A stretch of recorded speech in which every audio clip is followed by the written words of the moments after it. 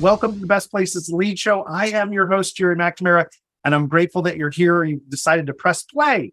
So listen, we are on a mission to positively impact 5 million people over the next 4 years through better business. And, here's the point.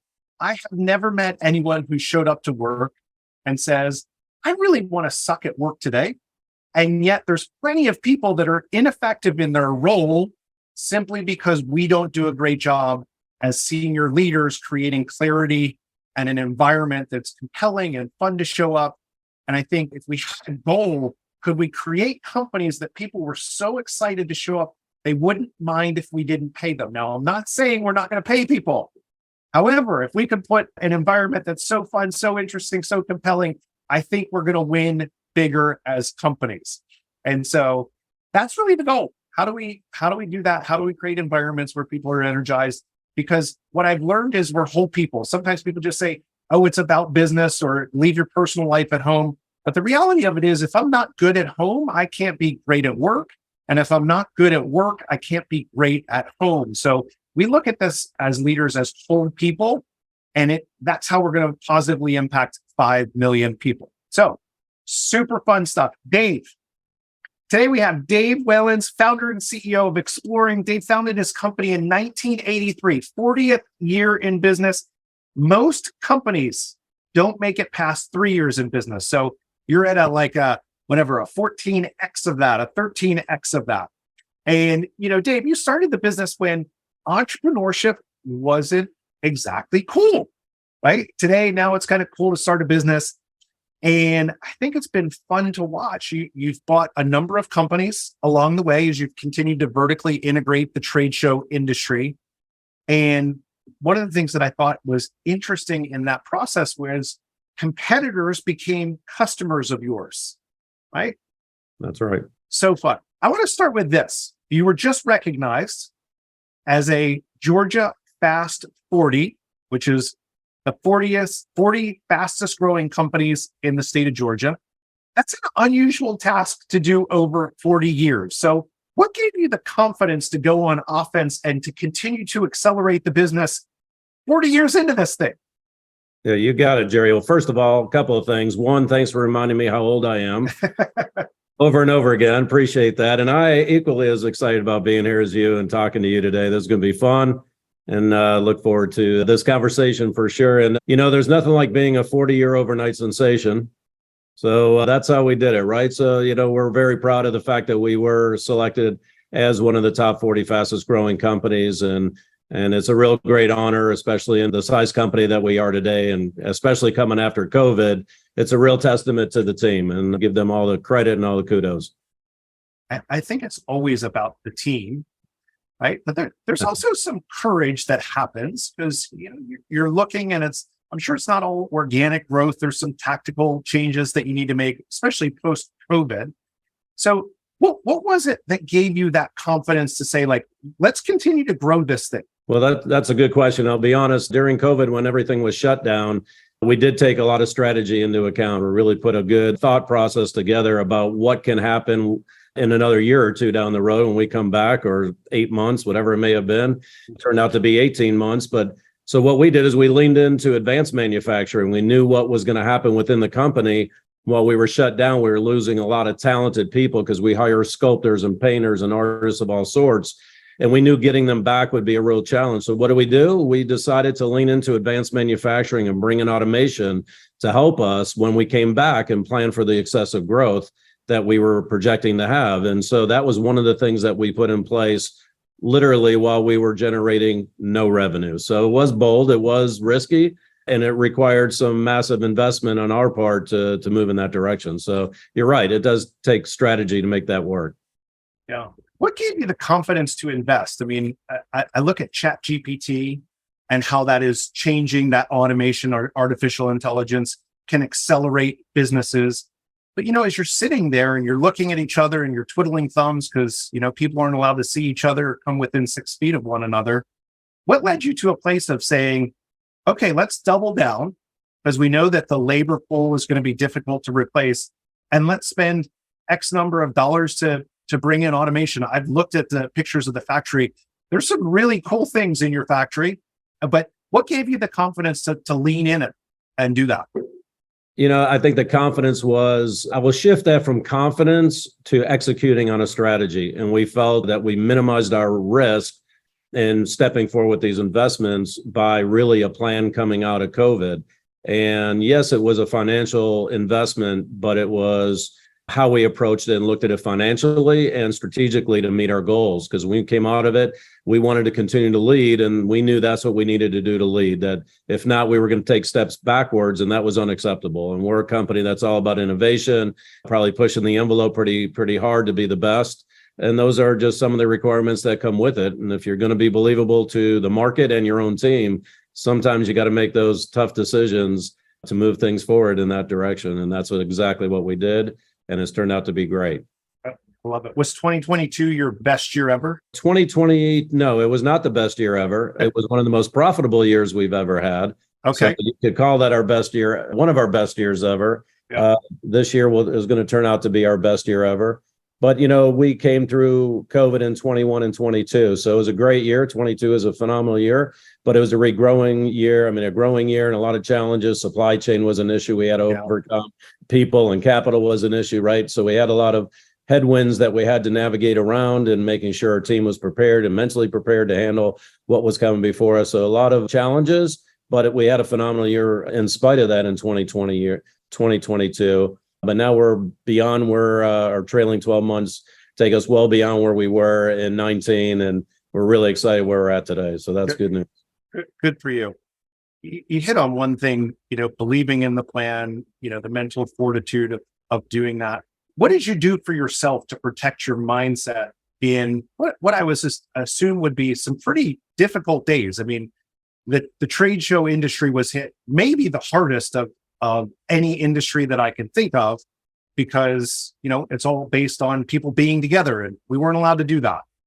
What were the things that you were doing as a seasoned leader to protect your own mindset, but then also infuse that into the people who were still in the building?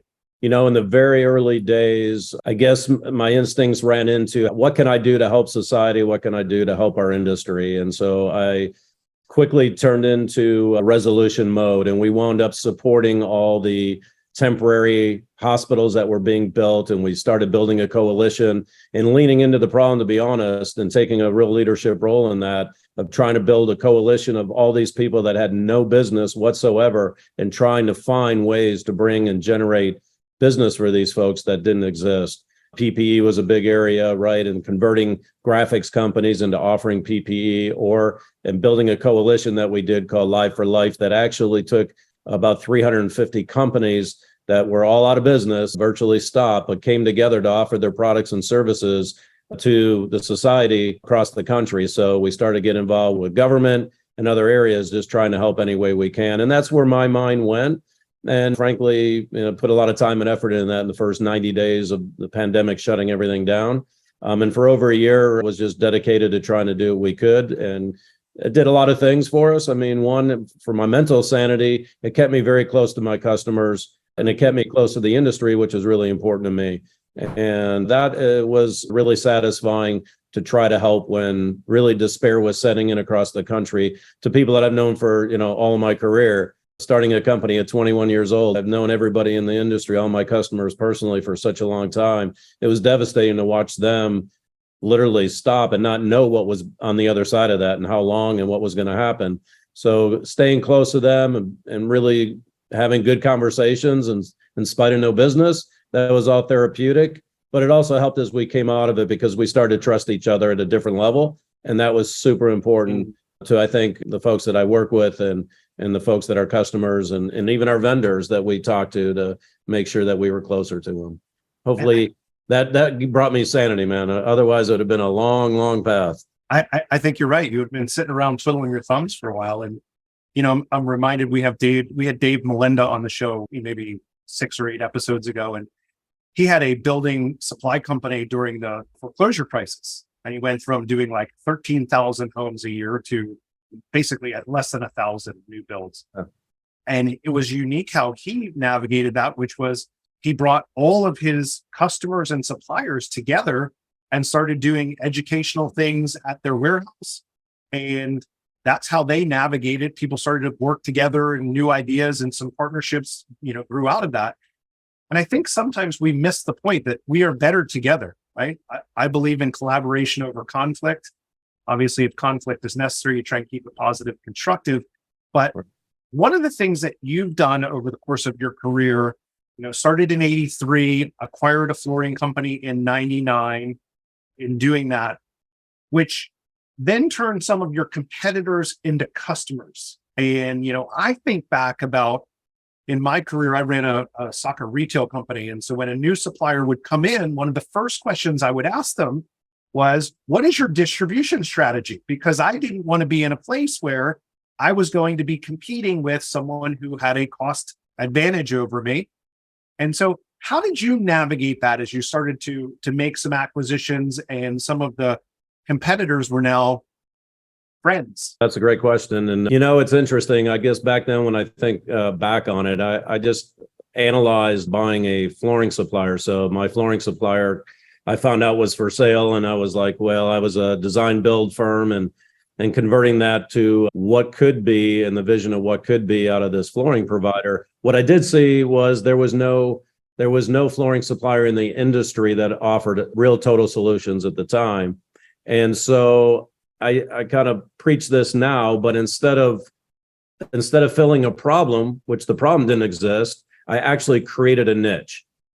And that was the difference between the way we approached it. And if we're going to create this niche, then we need to execute on that. So we saw flooring being a solution and helping our customers generate revenue through flooring, which they really never did before. And so we brought them a profit center, and all we had to do is execute on that and bring them solutions and obviously make sure we were on time and delivered and gave them a good product, that if we built a strong brand that we could bring it across the country. And that's exactly what we did.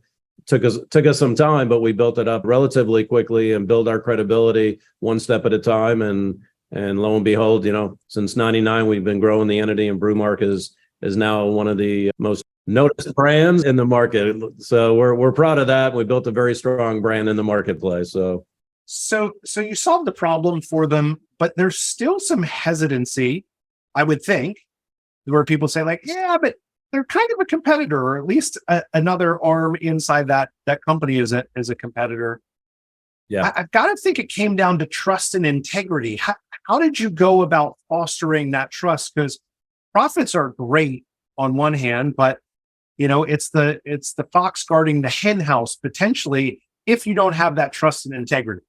No, absolutely. You get it clearly, but you must have integrity and character to do and try and do what we did. And that meant you got to be true to that and make sure that you're honest with that at every point and build trust across the country. And that's what we had to do. But we also used it to our advantage in this respect, is that we knew a very unique market. The trade show industry has some nuances that many other industries don't have. And we had that understanding and experience. And many times we had more experience and knowledge than even our customer base did, certainly the ones placing orders and solving problems.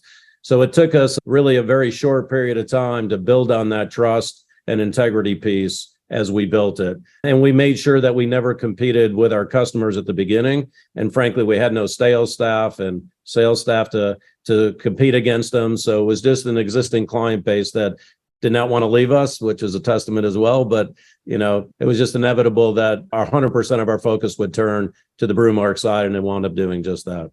Got it. I love that. I think most people would have a hard time turning down business.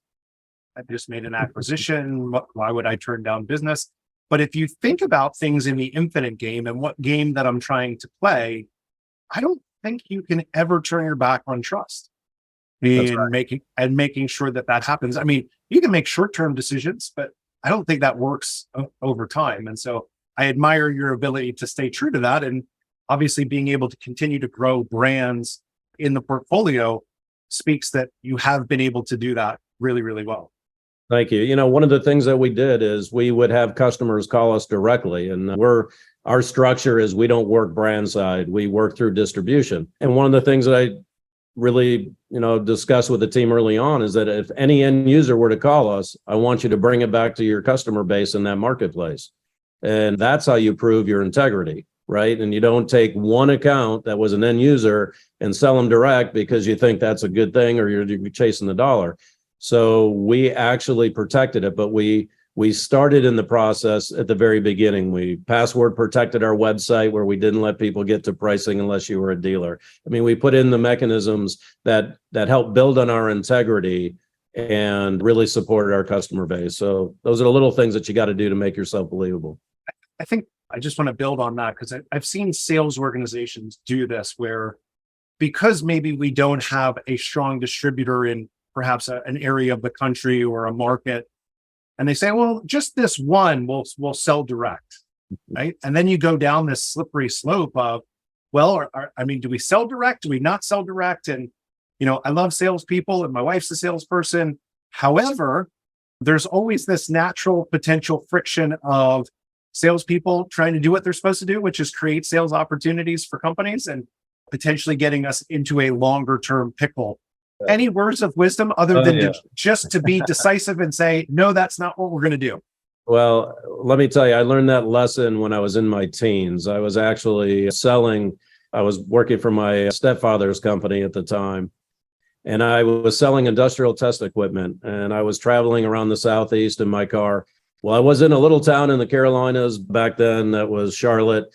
And I figured, there's a small town, and I wound up closing a deal with a distributor in that town. I'm like, you know what? I'm going to go make another call and let's see what happens. And sure enough, I had another distributor who was like, yeah, we'd like to move forward with you as well. Well, I really knew at the moment I was doing it that was probably wrong. And by the time the next day rolled around, they both already knew that I had sold both of those companies. And I said, I will never, ever, ever do it again. It was hard to say no to the second guy, but I learned that lesson very early on in my career, and that has been my guiding principle. So I learned the hard way, but I definitely learned it, and hopefully you learn from that not to do it, because if you're going to be honest and true to your word, you can never waver from that. Yeah, I love that. Talk to me a little bit about you're growing the company, and one of the things that we talked about on our pre-call was that you had scaled to 200 employees, and that it was more complex than you imagined. Why was it more complex? Well, being an entrepreneur that I was, starting at 21 and never working for anybody else since I've been 21, I never ran a company with 200 employees. So there's your answer. And you don't know what you don't know. So I had to surround myself with people that really knew how to manage a workforce and process and procedures the right way and the best way possible. And I knew my strength was not that. I didn't have the experience. But I've had the privilege now of watching it unfold for the past 7-8 years. And it's really, when it's done right, it's amazing. So walk me through, right? Experience is the cruel teacher of life, but it's the only way forward.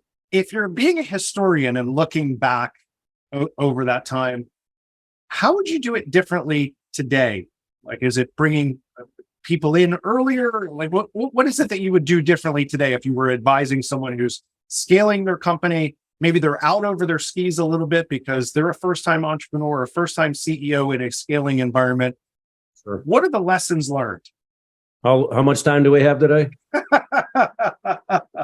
I'll start with this, is that as a young entrepreneur, I think I was out there looking at revenue as my benchmark to everything I did.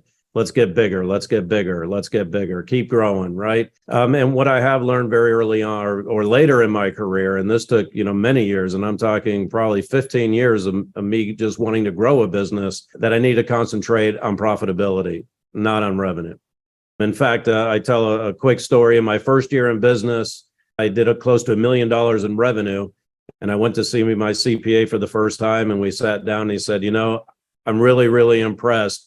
You know how to generate revenue. And I said, wow, thank you. I really appreciate that. And he said, unfortunately, you have no idea how to keep it. And that lesson continued on for many years, that I really didn't understand how to keep it. I was reinvesting, and, in a lot of different areas and making mistakes because profitability was never really a concern as much as it was just making sure we were profitable, but not with clear targets of where we needed to get to. So you make a lot of decisions that are probably not appropriate when you're not focusing in on profitability as well. I think it's an important piece because most entrepreneurs who start, they're technical leaders. Like, I see a marketplace opportunity. I think I can do that better than other people. And so they're not necessarily CPAs or accountants by trade. And we just say, oh, let's figure out how we can monetize this. And one of the things that I talk to people that I work with is you've got to operate on a financial model. Profits don't happen by accident. And so if we're going to do $1 million and our gross margin is 40% and our OpEx is 25, we're planning for 15% net operating income. Does that work? Does that justify the risk of running the company? But there's so many people that don't operate on budgets, aren't thoughtful in looking at, what the financial performance is on a monthly basis, and do what you did, which is like work as hard as you can and hope that there's something left over at the end. Yeah, I let sales drive the organization. That's really what I did. And that was my forte. I knew that I could work with customers and build sales better than anything else. And managing the dollars was going to be secondary. And you can only wear so many hats and afford so many people at the beginning. Let's be honest. I was doing all the books, doing all the selling and all the processing at the beginning. Then, as we were able to make profit, I had to think about, okay, let's bring someone on. I think I'm working hard enough. Instead of letting the finances dictate the decision, I let my gut feeling dictate the decision. And gut feeling is good as an entrepreneur. You got to have that too. But the reality of it is financial management along with it is what will keep you from making a lot more mistakes than you're going to make. And that's the missing piece that I really didn't have. It's hard to understand that as a young entrepreneur, but it's critical now as a seasoned entrepreneur and growing a business. You better have that control in place. I think you're right. I look at CEOs or entrepreneurs who start companies, and typically you see them wear 3 hats at the same time, right? They're the CEO, they're the COO, and they're the CFO because they hold the purse strings. And over time, they divvy those things out. What did that look like for you? Did you go operations first? Did you go finance first in bringing people in to help? How did you think about that? Fortunately, I made enough mistakes that I fell into it. So I don't want to take credit for planning it out.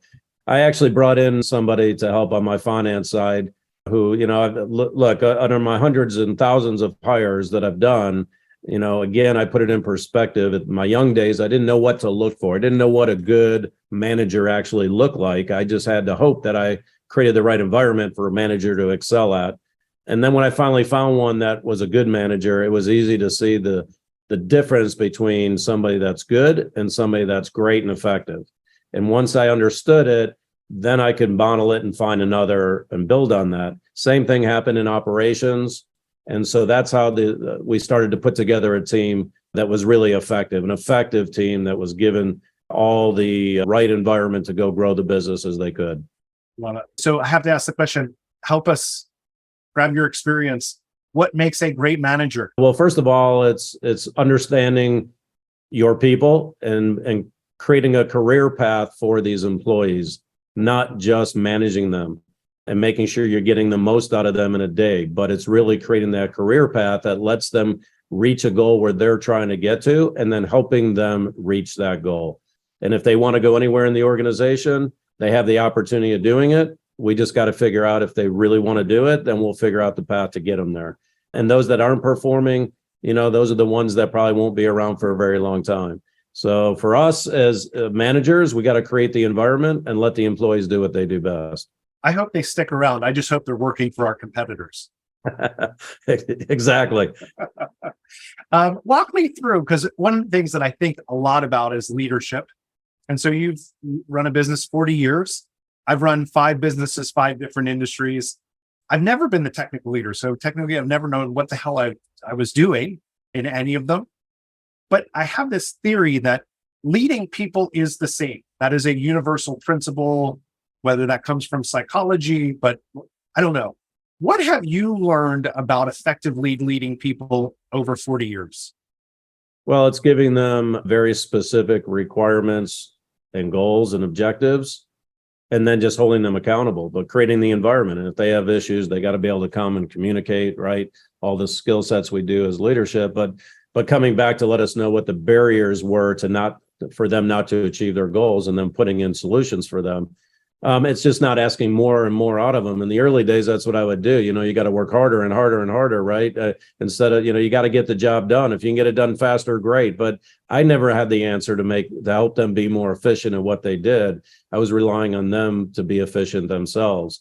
Very hard to do. There are not many people that I've learned in my career that are willing to do that.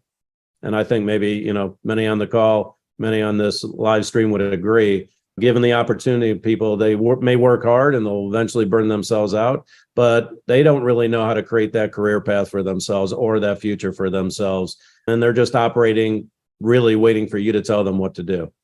And so you got to balance that out. You really got to give and really encourage that at every level. And we have people that, look, I've got an intern that started with us that's now our creative director, and she has scaled through. She's a young creative director and our future leader, because she's a superstar. She raised her hand at every level, came in as a painter, moved to sculpting, project management, moved on to an install, led an install for us. These are positions that some people would just be too intimidated to do. She raised her hand at every level, owned it, and didn't succeed perfectly, made mistakes, learned from those mistakes.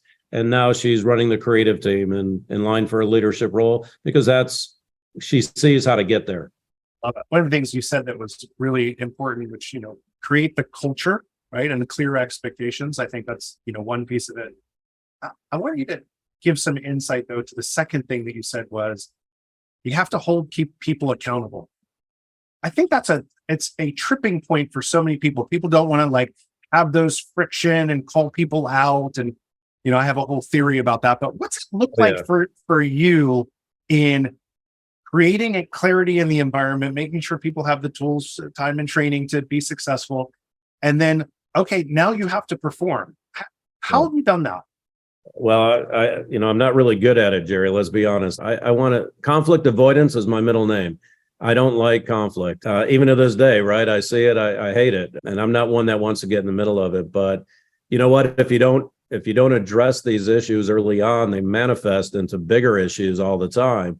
So what I have learned is if you don't address these issues, even if you're tough on them, it's for the benefit of the employee, not of me, but it is for them. They have to learn, they have to adjust, and they have to try to get better at what they're doing. Not work harder, but obviously work smarter with it. So, those are things that unfortunately that I had to learn the hard way, but it's also, I know that's my shortcoming. So managers that I have that work with me side by side are going to be those that can hold people accountable, that are going to be on the tougher side because it's in the employee's best interest. So they are not conflict avoiders. I think that's so good. For other people who are conflict avoiders, and let me raise my hand because I'm an Enneagram 2, I'm a people pleaser. What's the conversation that you're having in your head to get yourself into a position to have those accountable conversations when you have to have them? Because you're not alone. I know I'm not alone. I don't know that there's anyone by their nature really enjoys conflict, but what's the conversation that you're having with yourself when you have to have that hard conversation? Help people get prepared to go have that conversation. The one thing is you got to always remember it's never personal, and it's business, and I have to protect the business. I have to protect the other 199 employees. That's the piece that always drives me to say, take the action, deal with it fast, suffer the consequences as they may come to you. But in most cases, there are positive outcomes that happen by it. And in most cases, they appreciate the fact that you've let them know that they weren't performing at the level or expectation. Look, I'm a firm believer that we hire, I look for people that have mindset over skill set. We could teach people the skill set they need. But if they're willing to put in the effort and make the effort in the first place, even if they fail, I'm good with that. Matter of fact, I'll reward that. And we have a program at the company that, they do something above and beyond, they'll get recognized for it. And even if they fail with it, and that's important to us to be able to encourage people to be thinkers. And that's the entrepreneurial mindset that I espouse to everybody in the company. We all think the customer is the center of our universe is our guiding principle. And because of that, you have the ability to make a decision in support of a customer. It's not very hard to make that decision. But when you elect not to make a decision to help that customer, that's detrimental. And that's when we start to have issues. Now, process and procedure have to follow suit with that, but good common sense and a real commitment to a customer is equally as important. And that goes all the way from how you greet a customer when they walk in the door to a box shipping out the back door. If it's packed incorrectly or just ugly, the label's on wrong or whatever it may be, they all are a reference to our brand, right? They all matter to the company and to a customer. I love it. I know you've brought in a president and a COO inside the organization. How did you work through handing responsibilities off to them? I know that's something that I see, is the high achievers trap. We think we can do it all and no one can do it better than us, which is a fallacy. Right. And so sometimes I see people bring someone in who's hugely talented, certainly capable, and they get marginalized because we don't hand the reins over to them to be ready to go execute on the role that we've hired them for. How did you do that? What was helpful for you in that process? Well, for me, it was perhaps necessity. It drove the decision there, made it a little bit easier. Frankly, when I saw performance of the CFO that was able to take the fundamental tasks that I was doing and expedite them so fast and so thoroughly, it was an easy decision to give over more responsibility. But I will be honest, they asked for it. That's what happened. I need to do more. In fact, when we were in the beginning days, my CFO looked at me and said, look, I'm getting my CPA. I'm going to go get my MBA. And what do you want to do with the company? Because I've been here for, several months. Do you want to grow this company or are you just going to run it to run it?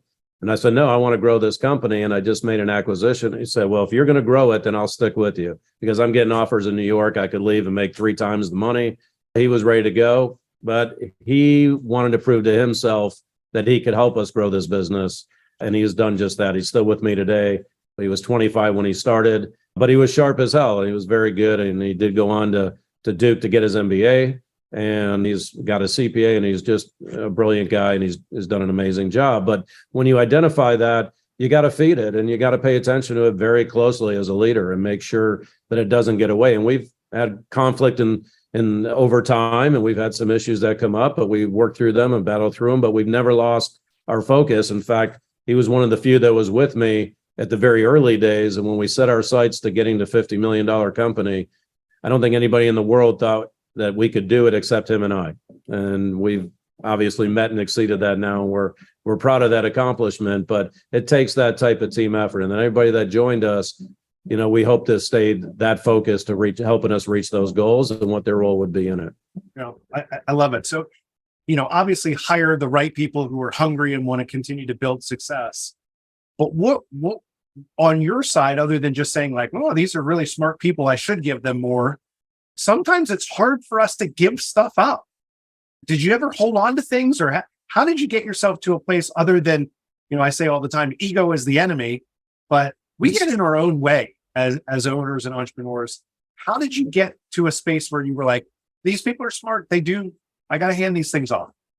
Well, they just outperformed what I could do. That was an easy decision for me, right? And once I moved to the side and I quit holding the reins so tight and being the doer and now really being a manager, it was really easy to let it go. And their execution was just beyond, what I could possibly do, beyond my wildest dreams. But it was not just the work at hand. It was, again, that mindset that was constantly driving us to get better and better. We can improve this. We can improve that. Hey, we had an issue. What do we got to do to overcome it? Well, let's do X, Y, and Z. They were contributing at every level. It wasn't just doing a task. So they were participants in the growth, and it was great. And as we grew the team, we actually brought people on, and we were meeting with 3 and 4 of us who were almost the totality of the company, painting the vision of where we were going to be in 5 years and 10 years. And so we never lost sight of that vision, and it helped guide us to what we were doing. So it was easy to see when people were performing, and they don't have to be, all these KPIs and make it complicated and, trying to overthink what progress is and success could look like. And then letting go made it very easy. And then I did the ultimate let go, and I actually gave him a piece of the company. So I didn't have a problem with that. If he could help us get to where we're going, I was glad to support him in that regard as well. Good for you. I think that's a great one. I want you to roll back just a little bit. Your first time entrepreneur scaling the company, 200 people, multiple acquisitions, success along the way. What was something that surprised you that you had to get good at to be able to scale the company? At every level, it was different, Jerry. I mean, there wasn't one thing, to be honest with you. I will say in the early days, I had a vision and I wanted to, and if I thought it made financial sense, I would approach it and not thinking about the downside, I would think about the downside. Let me rephrase that. If the downside wasn't so bad that I couldn't tolerate it, I would move forward with it. Right. So I always played devil's advocate. What was the worst thing that could happen if I made this decision and it goes south and it doesn't work?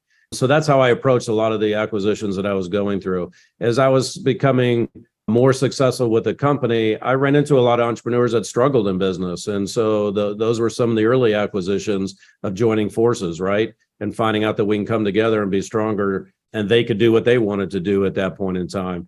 So those were some of the decisions that were made early on.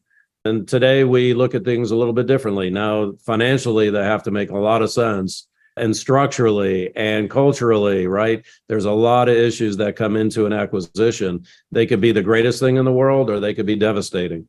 And you got to be very careful when you're going through these acquisitions that you don't make a mistake and build up everything you've done and watch it destroy what you built. Have you had a tough acquisition? Yes, absolutely. I've had several tough acquisitions, but the fortunate part about any one of them, we've turned them into a positive.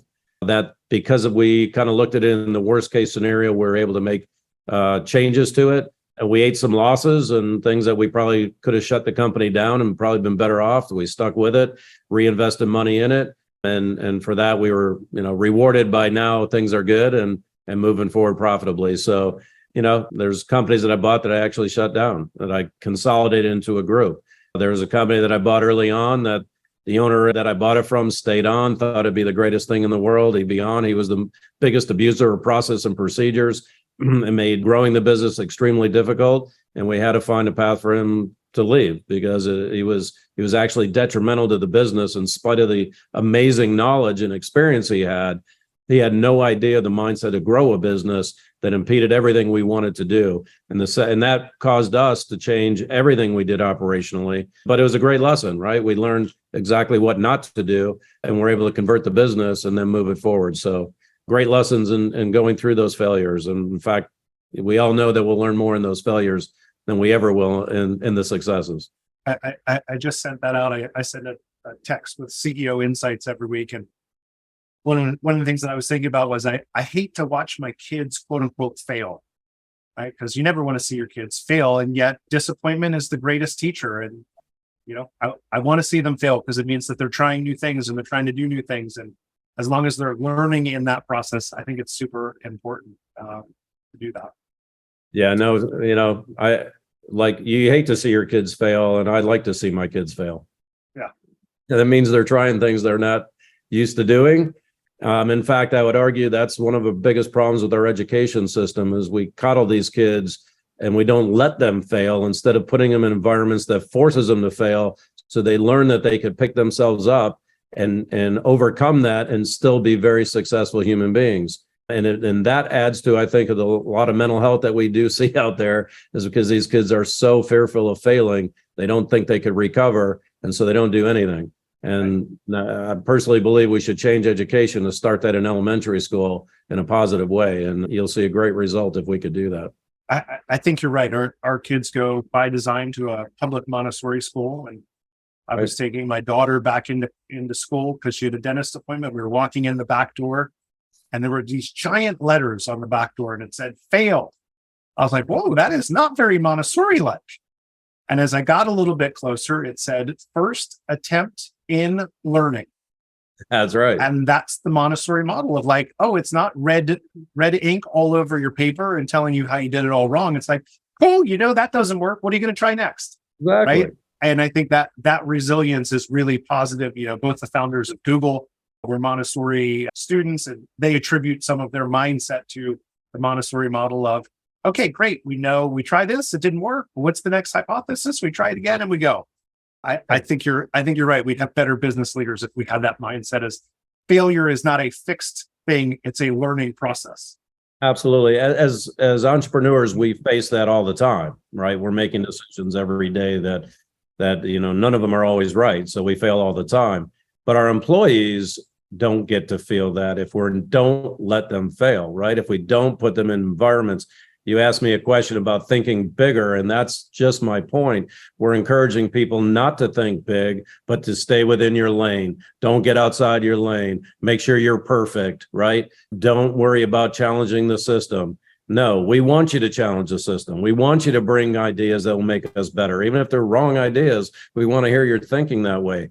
So those are things that employees don't get to do that we as entrepreneurs do every single day. So, that's our culture, is to put our employees into that environment that allows them to take that risk and to actually succeed or fail and see what it feels like and realize that it is the pathway to great success. That psychological safety, because I know there's so many people, oh yeah, my door's always open, yet when you bring me an idea, I'm going to yell at you and tell you how stupid you are for that idea. What is it that you're doing differently inside your organization where people have that psychological safety to think bigger, to take risks, to put ideas out there without repercussions of you're stupid, you're dumb, or that won't work? How are you doing that? So we did in a lot of different ways. I mentioned one of them was, through our awards program that we do, which is random. You could do it any point, anytime, any day. You can go to HR, get yourself a gift card and give it to an employee who has taken a risk, who's raised their hand and either accomplished or even failed in that environment, but helped in bringing something to resolution and contributed in a unique in a way. We just ask that they're celebrated in front of their teammates. They don't have to be in front of management, actually don't want management involved. We want them to acknowledge that, hey, I tried something, I succeeded, whatever it may be. And we see that happening often where they're celebrating each other for taking that effort. Because one of the things we could say all we want, that we're employee centric and we want to see success, but then we never see any execution by upper management or management that actually does anything. So are we really believable as managers and leaders? Or we all talk? So that's the problem. And when you're actually executing on those things and proving it by doing things for them, whether it's a company party that we may have or a lunch that we bring in or whatever the case is, a vendor comes in, we celebrate that for everybody. So those are some of the little things we do. We also do tours. And when we do tours for our customers, vendors, even education, we bring in people from high school and colleges. We make sure the employees are the ones who are talking to them. And they have an opportunity of interacting at all levels and realizing they're important. When's a time in your career that you played small and you regretted it? Oh, that's a good question. Not sure I have, Jerry. Come on. There's got to be something where you're like, yeah, you know what? I missed the mark on that one. I'm the guy that chases the shiny red thing, right? If I see something that looks right, I'm the one who's going to go after it, where the team has to help me not go after that next opportunity, right? So, I don't I'll have to think about that one a little bit. I don't have a quick answer for you because every time I do something, I see what the grandeur of it, right? But I will say this, and it may put it in perspective. So Exploring is our holding company of 3 brands right now, and it was as many as 6, and we've consolidated down just for our customers' benefit. But we're in fabrication, we're in flooring, and we're in graphics. But we surround our customer with our products and services. So the fact of the matter is that vision was set when we got into the flooring space. So every acquisition we did and everything we did was never small ball. We were always gearing up for what we wanted to accomplish. It just took me 40 years to get there. So I'm a slow learner, I guess. But the fact of the matter is there was not a point where I said, oh, we'll just buy this little piece over here and just we're good enough with that. That just does not come out of my head. I'll never say that, I don't think. I'm curious because you've mentioned it twice as a guiding North Star. What is the vision for your company? So when we started out, the vision was bringing our products and services in a very complex industry. We wanted to surround our customers with these products to be their resource and solution provider when they were going to experiential, when they were going to trade shows, events, wherever it may fall. And being the premier player in the market to do that. Traveling exhibits became part of that. Retail, hospitality became part of that because as we stepped up, we were able to expand our capabilities to other markets. So, and we wanted to be the premier supplier to this industry. And that's really what we built on and what we're still committed to. I love it. I think it's so important. I'm shocked when companies do not have some type of North Star. I don't care if you call it a vision, a mission, a BHAG. You have to have something to galvanize the company to say, here's one of the filters that we use to say inside the company, do we make this decision or do we not make this decision? Do we take this action? Do we not take this action? Otherwise, you live in obscurity of like, I'm not really sure what the next thing to do. And let me tell you, once you make an acquisition and people don't understand it and believe in it, you are questioned left and right. And you may in fact find yourself in a real problem with your employee base who is not in line with where you're heading. So you have to really be clear as to the vision and what you're trying to do, or don't do it. I think it's so important. Again, I'll say this before I move on, which is I am shocked by how many companies operate without some type of guiding North Star. And to me, those things are a vision, mission, BHAG, whatever, your values, your operating system of the company, how we're going to treat each other, and then your objectives. What are the things that we're chasing in the short term that roll up through this process? Otherwise, people just operate in a vacuum and do the best that they can. And my experience is that doesn't work out as well as a coordinated effort can. So, yeah, absolutely agree with you. And we simplified that, to be honest, around all of what you just said through the customer as the center of our universe. So we knew what our universe consisted of, and that helped keep us all moving in the right direction, in the same direction, which is important. I love it. I think everyone who's ever started a company or been in senior leadership, there's a sacrifice that goes along with that. I ran one company that went from 5.9 million to 15 million in 18 months. I was raising venture capital, sleeping on my couch, ended up in a hospital, right? Mm-hmm. And I think about those things. I ran another one that went from 7 to 30 in 4 years. Sometimes you feel trapped inside your business, particularly when it's scaling.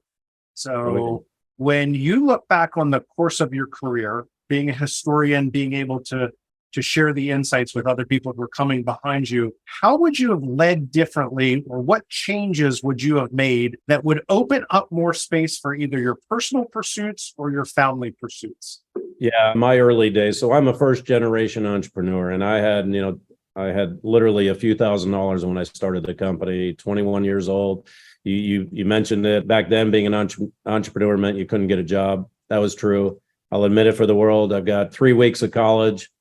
After I dropped out of college, I had to go find a path. And I found very quickly no one wanted to hire me without a degree. But I've been running businesses. And again, one of my philosophies, you could teach entrepreneurship at any age, right? Age is no criteria for success or failure. And the younger you are and starting to get involved with business and understanding business, the better employee or the better person you're going to be overall. There's no reason to wait till you're in college or graduate and go work for a company for 10 years to learn the mindset, as I said, and the skill set that you're going to acquire only through experience, by the way. Will you truly learn what it really means to run a business or to run your area within a business? So, look, that's how I had to grow as an entrepreneur and take those steps. So I'm off to your question a little bit, so you can re-ask it. That'll be good too. There's some timers for you. I've had plenty of times where I'm like, can you ask that question again, please? Just thinking about the sacrifices that you made. And I think for me, where that shows up most when I talk to entrepreneurs is, I'm having all this success. I made the Georgia Fast 40, but you know what? I don't even make it to my kids' soccer game. I don't make it home for dinner with my family. My kids are asleep by the time I get home. And so now that you have enough time in the rearview mirror, what's the changes that you would have made? What would you have done differently to open up more personal or family time for yourself? Yeah. So, the point of that is I started early, right? I started at 21 before I had a family and a wife. And so I've been running the business for 6-7 years before I actually found the love of my life and my future. And I found an amazing wife who honestly is the reason I'm where I'm at, is because she really created the environment to allow me to do what I did. But I sacrificed my family probably for the first 3 years of my oldest daughter's life because I was committed to the same work habits I had when I was single. And that was devastating. That was not what I would recommend for anybody. So there's another lesson, another failure that I had. And I hit what I call the merry-go-round. You feel like you're working your tail off, but you have no idea how to stop it and how to correct it and how to do something better. And frankly, it took a pretty big catastrophe on my end, something that impacted the business incredibly hard. And it forced me to get off that merry-go-round and reset. So my advice is to balance that out. You must have a work life, or I like to call it now life-work balance. Even to this day, we encourage our employees to make sure they balance that out. We want you to work smart and hard, but we also want you to enjoy your life.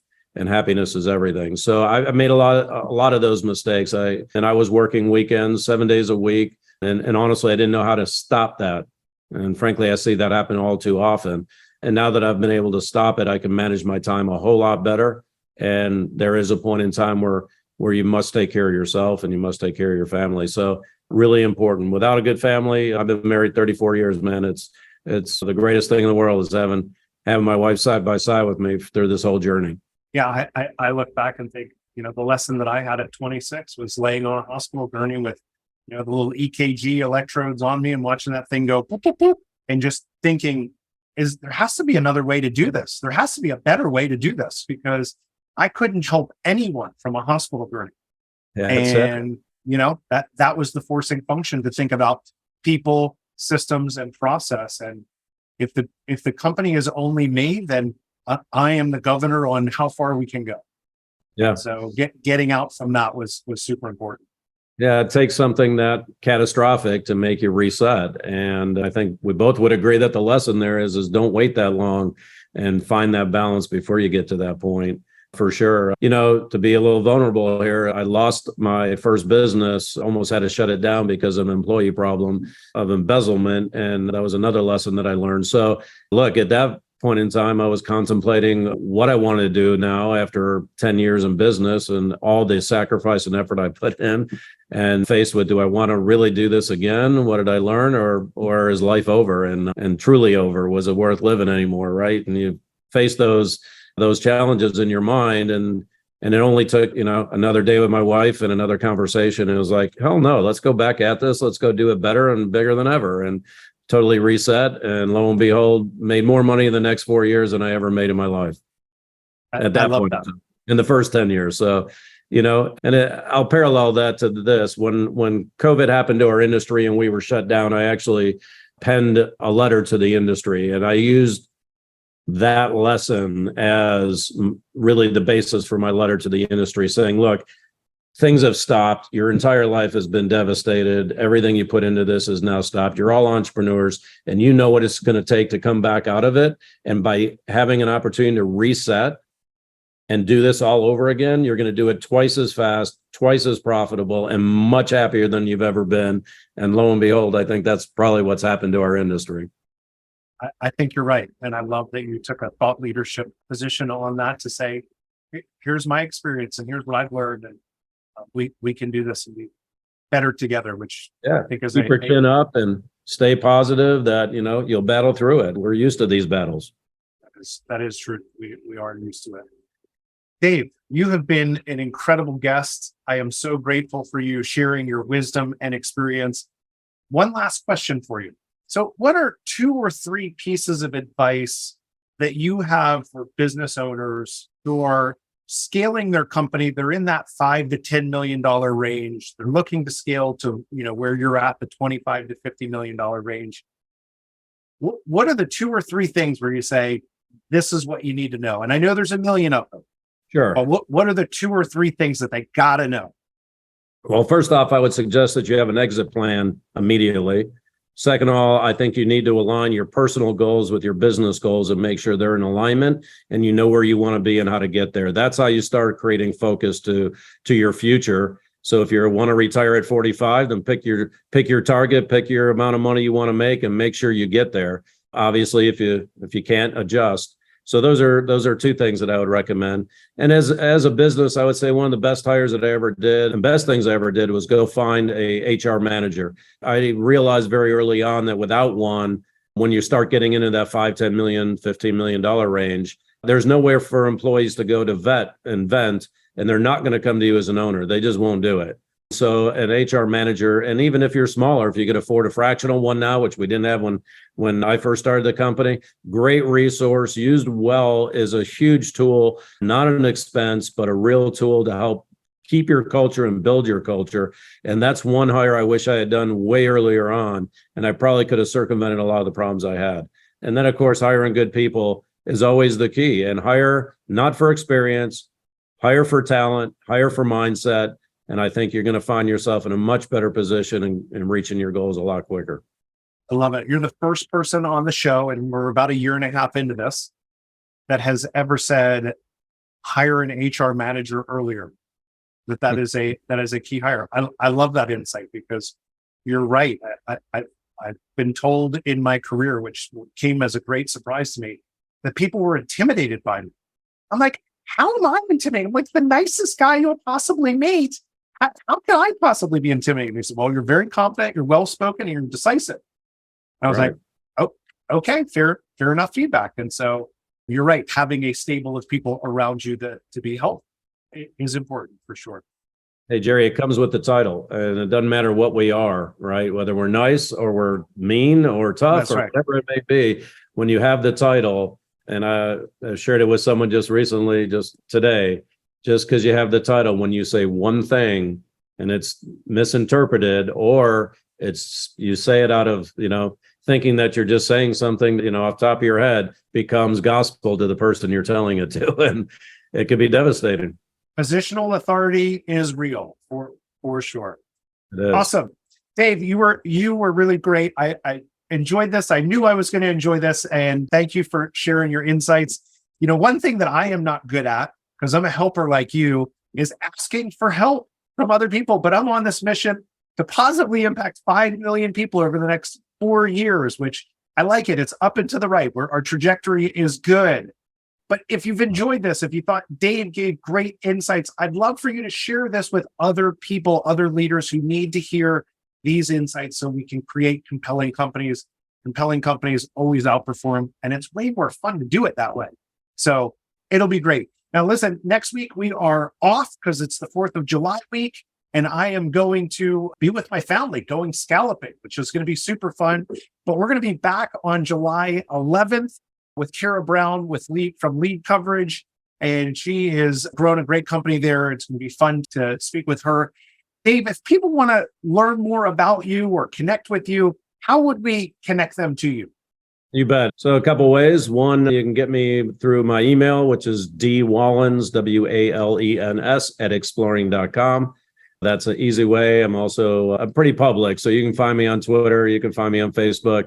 You're welcome. And of course, on LinkedIn, best ways to connect with me and pick up the phone and call me. So you're welcome to do that. All my contact information will be on LinkedIn as well. High profile. So reach out if you feel you need to or want to, and I'll be glad to take the calls. I love it. Dave, thanks again. Really nice to have you on the show. Jerry, you're the best.